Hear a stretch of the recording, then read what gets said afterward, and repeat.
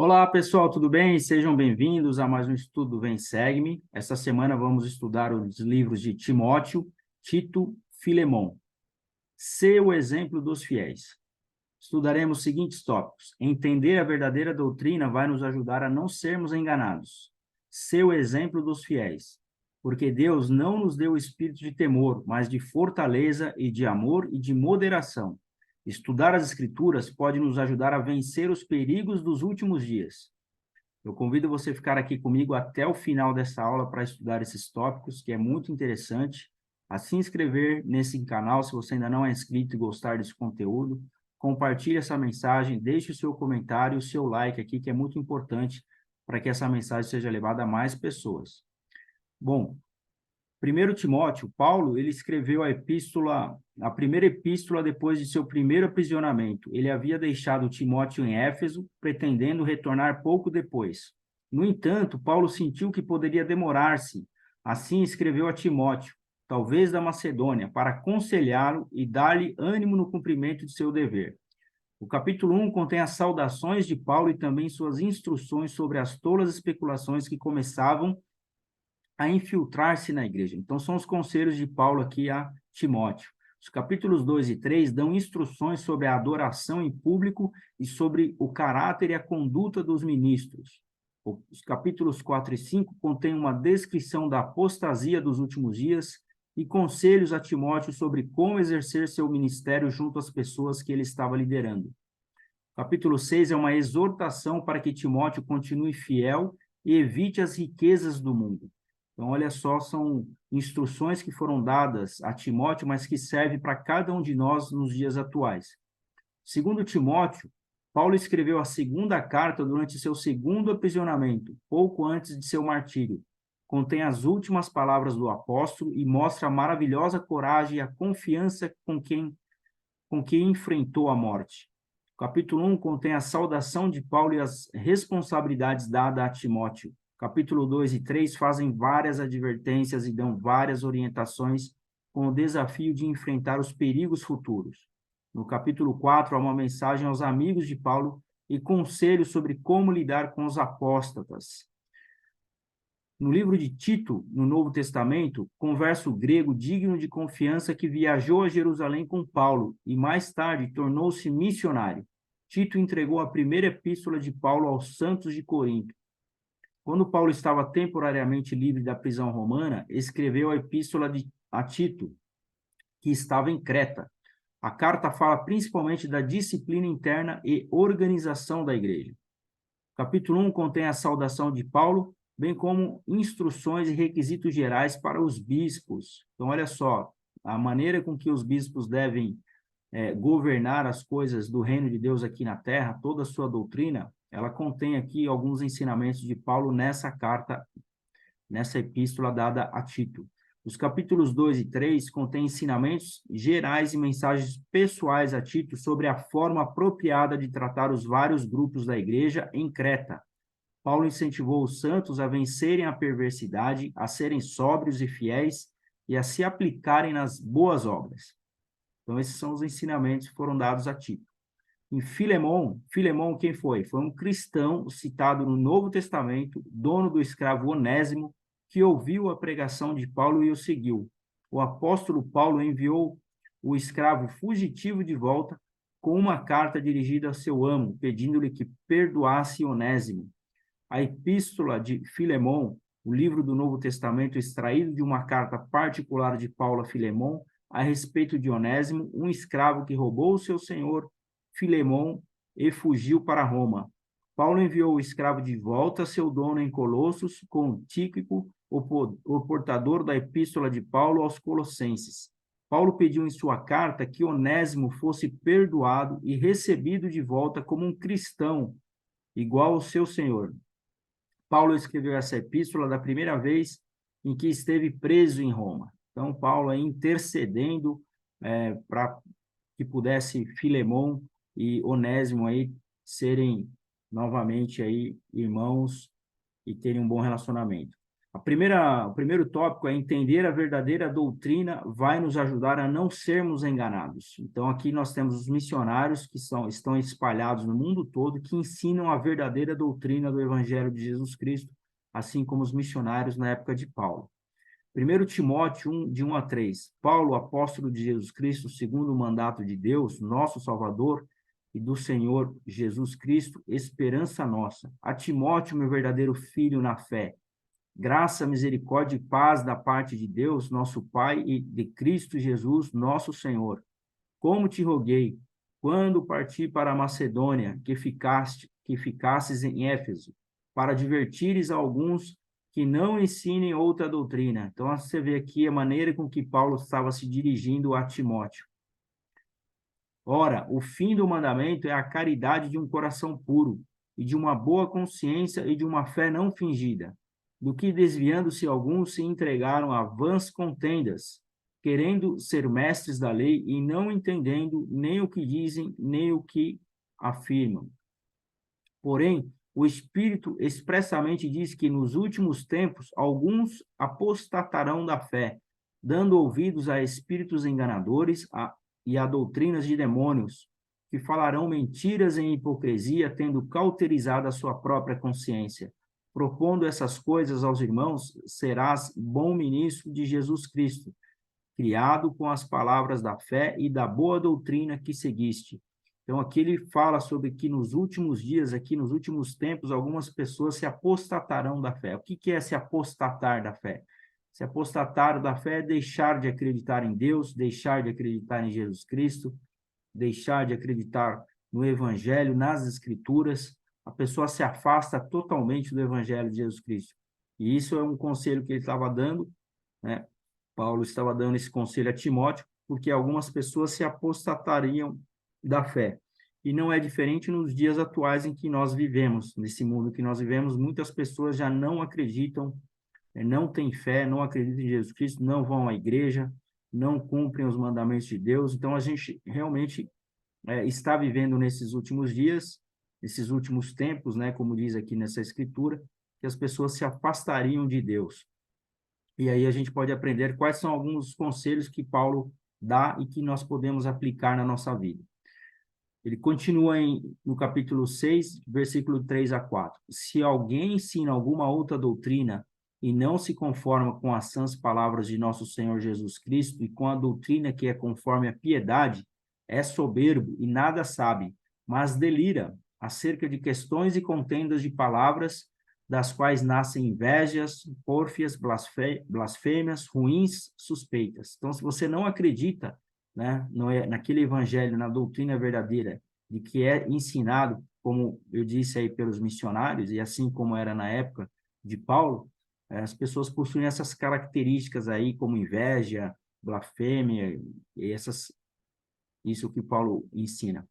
Segundo Timóteo 3, de 13 a 15. Porém, os homens maus e enganadores irão de mal a pior, enganando e sendo enganados. Então, aí ele está falando dos apóstatas, né, dos últimos dias. Tu, porém, permanece nas coisas que aprendeste. Então, ele está aconselhando aqui a Timóteo a permanecer firme nas coisas que ele já sabia, e de que foste inteirado, sabendo de quem as aprendeste. E que desde a tua meninice sabes as sagradas escrituras, as quais podem fazer-te sábio para a salvação, pela fé que há em Cristo Jesus. Então, ou seja, ele estava falando aqui para Timóteo, né? Paulo ensinando Timóteo, falando assim, olha, você já sabe o que é certo, permanece nas coisas que você já aprendeu, né? Não dê atenção aí para esses enganadores que vão aparecer aí nos últimos dias, e permanece no caminho que você foi ensinado desde quando você era criança. É aquela escritura, né? Que ensinas a criança o caminho em que deve andar e ainda quando envelhecer não se desviará dele. Então, basicamente é isso que Paulo estava falando para Timóteo. Olha, permanece no caminho que você sabe que é correto desde criança. E Tito diz o seguinte, porque convém que o bispo seja irrepreensível como administrador da casa de Deus, não soberbo, nem irascível, nem dado ao vinho, nem espancador, nem cobiçoso de torpe ganância, mas dado à hospitalidade, amigo do bem, moderado, justo, santo, continente, retendo firme a fiel palavra que é conforme a doutrina. para que seja poderoso tanto para admoestar como a sã doutrina, como para convencer os contradizentes. Então, a epístola a Tito, Paulo está ensinando como ele deve administrar as coisas do reino de Deus, a igreja, a sua doutrina deve vir em primeiro lugar nesses ensinamentos, e a maneira com que o bispo deve agir, né, sendo amigo do bem, uma pessoa moderada, né, uma pessoa que age conforme a doutrina. Próximo tópico, seu exemplo dos fiéis. Aqui eu resumi pequenas escrituras, as mais importantes de cada livro, e eu convido você a ler os 3 livros na sua íntegra para que você possa compreender mais ensinamentos que talvez não esteja aqui. Aqui eu peguei aquilo que eu achei mais importante e o principal. 1 Timóteo 4, versículo 12. Ninguém despreze a tua mocidade, mas sê o exemplo dos fiéis na palavra, no trato, na caridade, no espírito, na fé, na pureza. Então, se você quer ensinar a sua família, seus amigos, seja na igreja, aonde for que você deseje ensinar, você precisa ser exemplo. Assim como Jesus Cristo aqui ao lado, nós vemos os discípulos seguindo Jesus Cristo, seguindo o seu exemplo. Então, se você quer ensinar alguém, seja exemplo, né? O exemplo, ele fala mais alto do que as palavras. Então, não adianta eu falar, ensinar sobre dízimo, ensinar sobre palavra de sabedoria, qualquer outro tipo de ensinamento, mas se eu não fizer isso, né, todas aquelas minhas palavras vai por água abaixo e eu perco a credibilidade, porque eu falo uma coisa e faço outra. Então, se você quer ter credibilidade ao ensinar, você precisa ser exemplo, você precisa agir conforme você fala. Próximo tópico. Porque Deus não nos deu o espírito de temor, mas de fortaleza e de amor e de moderação. 2 Timóteo capítulo 1, versículo 7. Porque Deus não nos deu o espírito de temor, mas de fortaleza e de amor e de moderação. Então, aqui, para deixar bem claro que se você tem um espírito de temor na sua vida, ele não vem de Deus. Ele não vem de Deus se você tem medo de alguma coisa. Então, ou seja, se você está com medo de sair de casa, medo de ir ao supermercado, medo de viajar, medo de andar de avião, medo de ser assaltado, medo de perder a vida, qualquer tipo de medo que você venha a ter, esse sentimento, esse espírito de temor não vem de Deus, né? Então, Deus, ele nos dá esse espírito de fortaleza, esse espírito de amor, de moderação, né? Moderação em todas as coisas, né? Você precisa ser moderado, né? Não agir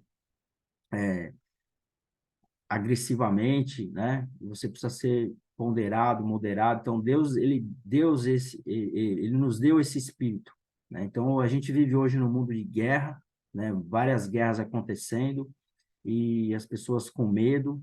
E, na verdade, o que o profeta fala é que ele é otimista em relação ao futuro, né? E por várias vezes o profeta que nós temos, ele fala que nós devemos ser otimistas em relação ao futuro, não devemos temer, né? Então, essa escritura fala justamente sobre isso. Nós devemos ser otimistas, devemos ser confiantes, né? E não temer. Esse é o grande ensinamento. Estudar as escrituras pode nos ajudar a vencer os perigos dos últimos dias. Então, essa é último tópico e eu convido você a ficar aqui comigo até o final.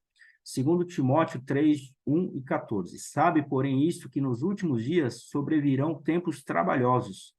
Tu, porém, permanece nas coisas que aprendeste e de que foste inteirado, sabendo de quem as aprendeste. Então, aquele conselho que foi dado, né, para Timóteo, mas ele ensinando aqui que ele já havia conhecido, já sabia das coisas que eram relativas ao reino de Deus e que ele deveria permanecer nesse caminho, né, que nos últimos dias haveria tempos trabalhosos. E para finalizar essa última escritura, 2 Timóteo 3, 15 a 17, e que desde a tua meninice sabes as sagradas escrituras, as quais podem fazer-te sábio para a salvação, pela fé que há em Cristo Jesus. Toda a escritura divinamente inspirada é proveitosa para ensinar, para redarguir, para corrigir, para instruir em justiça, para que o homem de Deus seja perfeito e perfeitamente instruído para toda boa obra. Então, esse é o segredo, irmãos e amigos. que nós possamos ler, estudar as Escrituras. Aqui contém todo o ensinamento, toda a doutrina. Nós podemos aprender, podemos ensinar nossa família, nossos filhos, desde criança, a estudar as Escrituras e aplicar todos esses ensinamentos na sua vida. Nós sabemos que nos últimos dias não será fácil, nós sabemos que haverá guerras, haverá terremotos, calamidades, né? As pessoas se apostatarão, né? Ou seja, se afastarão do Evangelho de Cristo. Então, muitas dessas coisas vão acontecer que precede a segunda vinda de Jesus Cristo. Mas aqui nós aprendemos essa semana que nós podemos aplicar todos os ensinamentos, as doutrinas do Evangelho de Jesus Cristo através das Escrituras. Então, se nós estudarmos Escrituras, entendemos que nós podemos ser otimistas, assim como o profeta disse que ele é otimista em relação ao futuro, nós não temos do que temer. Pode ser guerra, pode ser o que for, pode ser qualquer desafio que nós estamos passando na nossa vida, seja uma doença, seja o que for, né, que nos desanime, nós não devemos ficar desanimados. Estude as Escrituras, tenha o Espírito de Deus com você, que ele vai te trazer paz e tranquilidade e força para que você possa vencer este mundo, assim como Jesus Cristo venceu. Eu fico por aqui. A próxima aula, Hebreus, de 1 a 6, Jesus Cristo, o autor da eterna salvação. Nós estudaremos esses 4 tópicos. Eu convido você a compartilhar essa mensagem, essa aula. Deixe o seu comentário daquilo que você mais gostou, sua escritura preferida. E muito obrigado pela participação e comentários que todos fazem aqui. Muito obrigado. Até a semana que vem. Um forte abraço.